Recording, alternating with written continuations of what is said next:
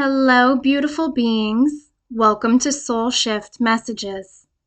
If you found your way here, trust there's something in this message for you. Understand this space is about growth, truth, and transformation. We don't bypass here. We don't sugarcoat, and not every message will feel comfortable, but it will be honest. I speak in flow, and that sometimes includes cussing. It's just part of how the messages come through. Take what resonates, leave what doesn't, and trust your own discernment above all else. Take a deep breath, and let's begin. If you are new here, please know at this time I post weekly content in 3 parts. Part 1 focuses on what needs to be revealed. Part 2 focuses on what needs to be understood. It's often a deep dive on part 1. And part 3 focuses on what needs to be done, essentially what action needs to be taken to embody what we've been discussing for the week. Based on when you find this video, you will either see links to all the content in the series, or if it hasn't been created yet, you will see dates when I will be posting that content. And I am pretty diligent about coming back through and updating all links to all content in the series. So either you see links below or you'll see posted dates. So this is going to be part 1 for this week. And I am calling this message, What's Preventing Full Embodiment of Sexuality?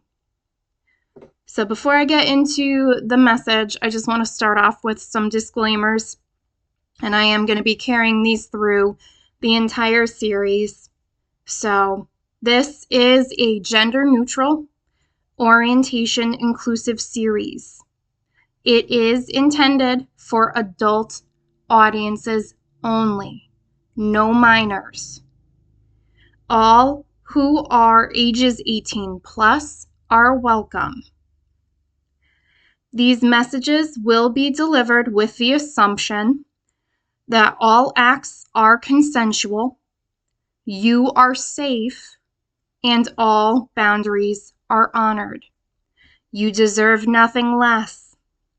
If anything resonates in these messages, know there is no need to feel fear, shame, or judgment. Once we recognize we have patterns in our energy we don't want to keep, we become empowered to replace them with something healthier and more enjoyable. All right, let's go ahead and get into this message. So this isn't just about sexuality. It's about a deeper pattern in how you relate to your own experience, which becomes most visible in sexuality because it requires presence, sensation, and letting go. This is a revelation of what's happening, why it happens, and what shifts it. What follows is a structured breakdown of the underlying pattern, how it shows up in real time, where it comes from, and what actually changes when it loosens. So let's break it down. The core tension, control versus embodiment. There's a clear split inside you. One part tries to manage, control, and do things right. And another part holds natural, instinctive desire and sensation. The natural part isn't the issue. The issue is what happens when it's judged, managed, and limited. That creates pressure, inconsistency, or sudden intensity. At the deepest level, you've learned to be slightly outside your experience in order to manage it instead of being fully inside it. The deepest underlying pattern. This goes beyond sexuality. Your core habit is you experience things while also managing them at the same time. So instead of just being in the moment, you are feeling it and simultaneously adjusting, guiding, or evaluating it. This creates a constant split. One part of you is in the experience, and one part of you is running the experience. And the second part never fully turns off. Where this pattern comes from, this developed over time. You may have learned that desire or expression needs to be controlled, appropriate, or earned. You may have adapted to roles like being responsible, aware, or doing things right. And you developed the skill of self-observation and adjustment. So this is not random. It's a learned way of staying safe and effective.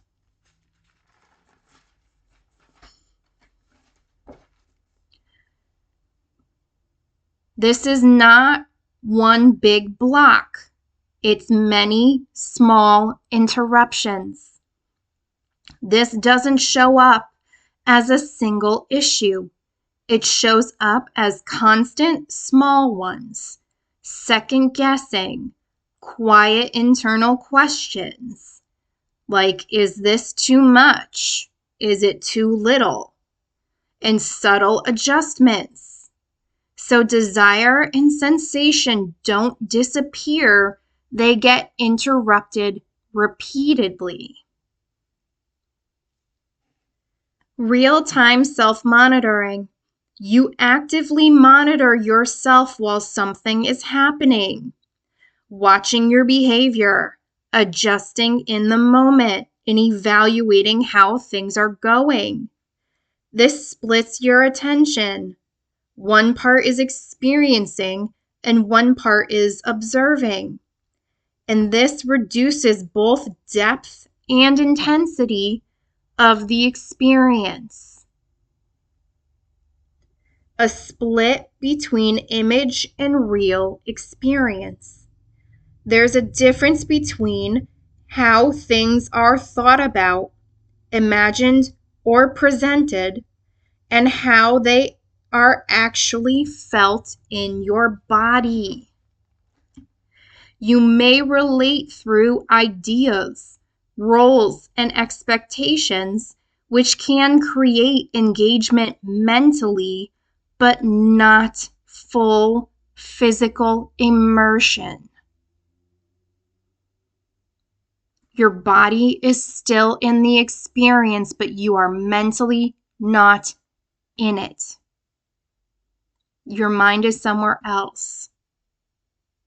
The goal is full physical immersion. Stay in your body, stay in the present moment, stay focused on what is happening. Controlled expression instead of full expression. You tend to stay in a controlled middle zone, not fully holding back and not fully letting go. So you feel, but only to a point, and express, but with limits. This leads to partial experiences instead of full ones. The result is cycles of buildup and release. Because of that, energy builds. It's controlled. It eventually pushes through more strongly, and then control returns. So the pattern becomes muted to intense to controlled, and then it repeats, instead of just steady flow and letting things organically progress. Why intensity shows up. When energy breaks through, it can feel strong, urgent, and hard to regulate. Not because it's naturally chaotic, but because it's been contained for too long. The control makes it difficult to naturally express. Sensitivity to vulnerability. It's not just about desire, it's about what comes with it. Being seen, letting go, and being affected. So control protects you from feeling exposed. Precision versus presence. You're skilled at reading situations, responding appropriately, and staying aligned. But this creates precision instead of immersion. You stay accurate, but not fully in the moment. What your system prefers. Right now, your system is more comfortable with control over surrender, understanding over feeling, and moderation over depth, even if part of you wants more embodiment. I heard say it again. Right now, your system is more comfortable with control over surrender, understanding over feeling, and moderation over depth. Even if part of you wants more embodiment, your system overrides it because this is what it prefers. And part of acknowledging this is what actually opens up the pathway where we can update what our system prefers. This is really about empowerment. Attention, anticipation, and meaning making. Subtle habits pull you out of experience. Attention splitting. This is thinking or monitoring. It divides your awareness. Anticipation. Planning ahead or predicting what's next. Meaning making. Quickly interpreting what's happening and what it might mean. This turns experience into interpretation and leads to adjustment instead of simply being in experience. I'm hearing experience is allowed to be experienced. It really can be that simple. A short window of full presence.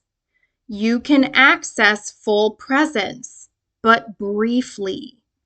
You open and then quickly shift back into control. So you touch the experience, but don't stay in it. Sensitivity to too much and not enough. You constantly calibrate not too intense and not too passive. This keeps you in a safe range, but not a natural one. You're still monitoring, you're still controlling, and it still takes you out of the experience. Not completely, but enough. Stop, start, internal rhythm. Your internal flow looks like engage, check, adjust, continue, check again.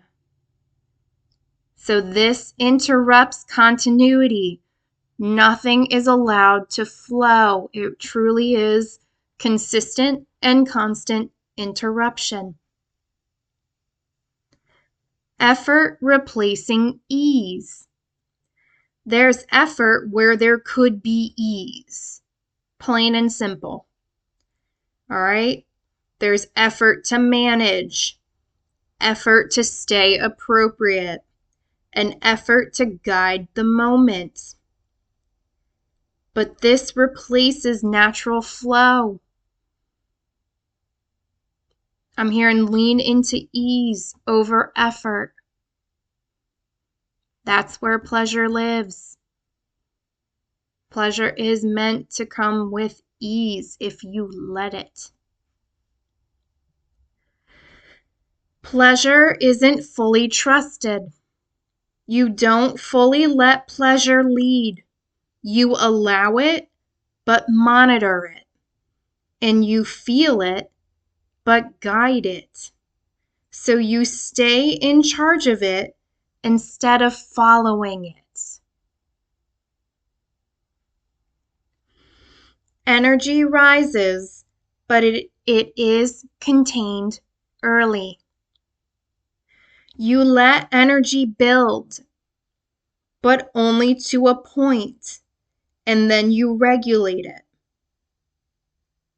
This prevents overwhelm, but it also prevents full depth. I'm hearing some of you consciously know you do this. Some of you are, I'm hearing some of you, this message is actually allowing you to clock that you actually do this.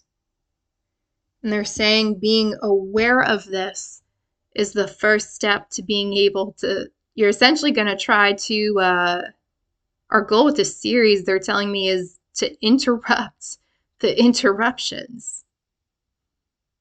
To clock you're doing it, recognize you're doing it, and I'm literally hearing get the fuck out of it. Get out of the head and back into the body. All right. Preference for clarity over raw experience.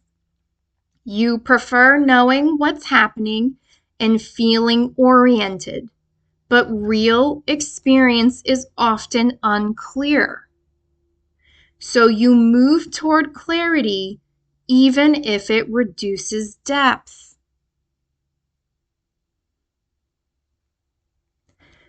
The exact moment you pull back, the shift happens very specifically when sensation deepens, vulnerability increases, and things become less predictable.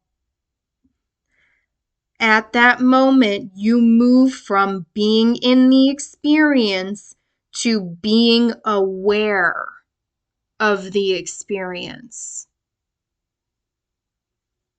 You go from participant to observer, ironically, while still participating. Control is subtle and adaptive. Your control is not rigid, it's refined. It adjusts in real time and it keeps things smooth. That's why it feels like skill, but it still keeps you slightly outside full immersion. You regulate instead of suppress. You don't shut things down. You just adjust intensity and manage expression. So everything stays within controlled limits. The deeper fear, it's not just a fear of intensity. It's also the fear of, if I fully let go, I might not be able to regain control. So you always keep a reserve of control. Micro withdrawals. The pattern is maintained through tiny actions, small mental shifts, slight physical tension, and brief moments of pulling back. Each one is small, but together they interrupt flow. Awareness sits slightly ahead. You're often tracking the moment and slightly ahead of it. This keeps you prepared, but not fully immersed. Responsiveness versus spontaneity. You trust responding and adjusting more than acting directly from feeling. So there's always a small pause before action. Conditional allowing. You allow experience, but with limits. I can go this far, but not further. These limits are subtle, but consistent. Interrupted completion. Experiences don't fully complete. They begin, build partially, and then get adjusted or stopped. So full cycles don't happen. You don't allow the full experience to move on the trajectory it is naturally trying to move on. Presence feels like risk. At a deep level, full presence is equated with less control, and less control is equated with uncertainty. So presence is approached carefully.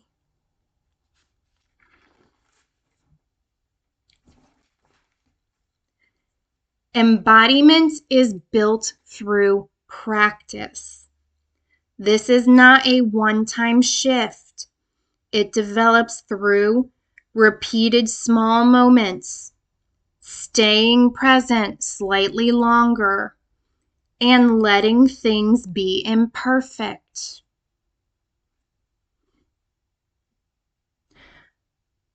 Before I get into this next section, I just want to once again reiterate my disclaimer that all messages are delivered with the assumption that all acts are consensual, you are safe, and all boundaries are honored. What actually shifts everything? Not big changes. It's not big changes.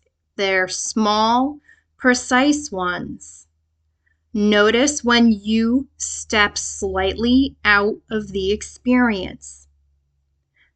Don't follow that movement.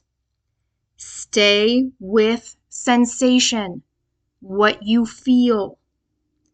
Let intensity rise without controlling it.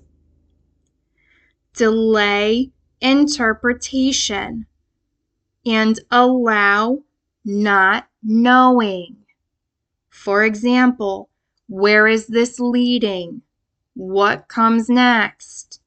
What does it mean? Stay in your body. Stay in your moment. Focus on what you feel. The key skill is continuity. Everything comes down to this. Can you stay inside your experience without interrupting it? Even a few extra seconds matters. Why? Because it would interrupt that pattern. interrupt the interruption. I know that sounds crazy, but that is very clear what is happening. What happens when this shifts?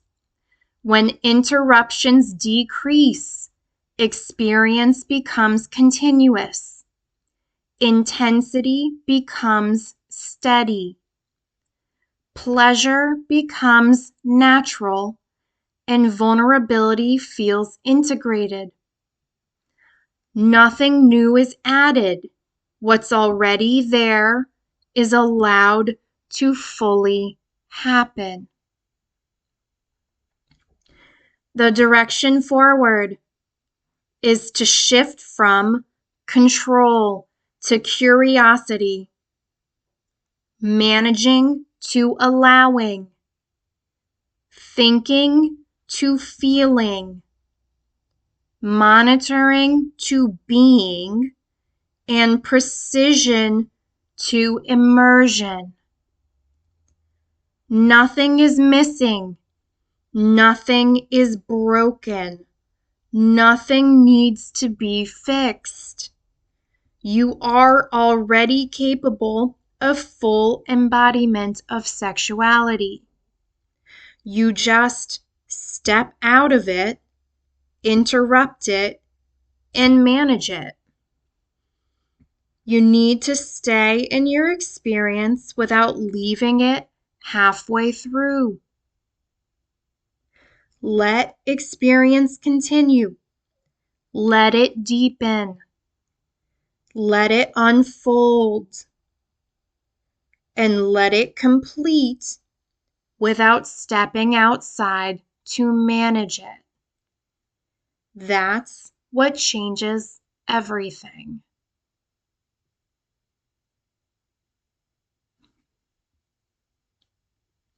All right, that's the message for today. I'm not getting anything else.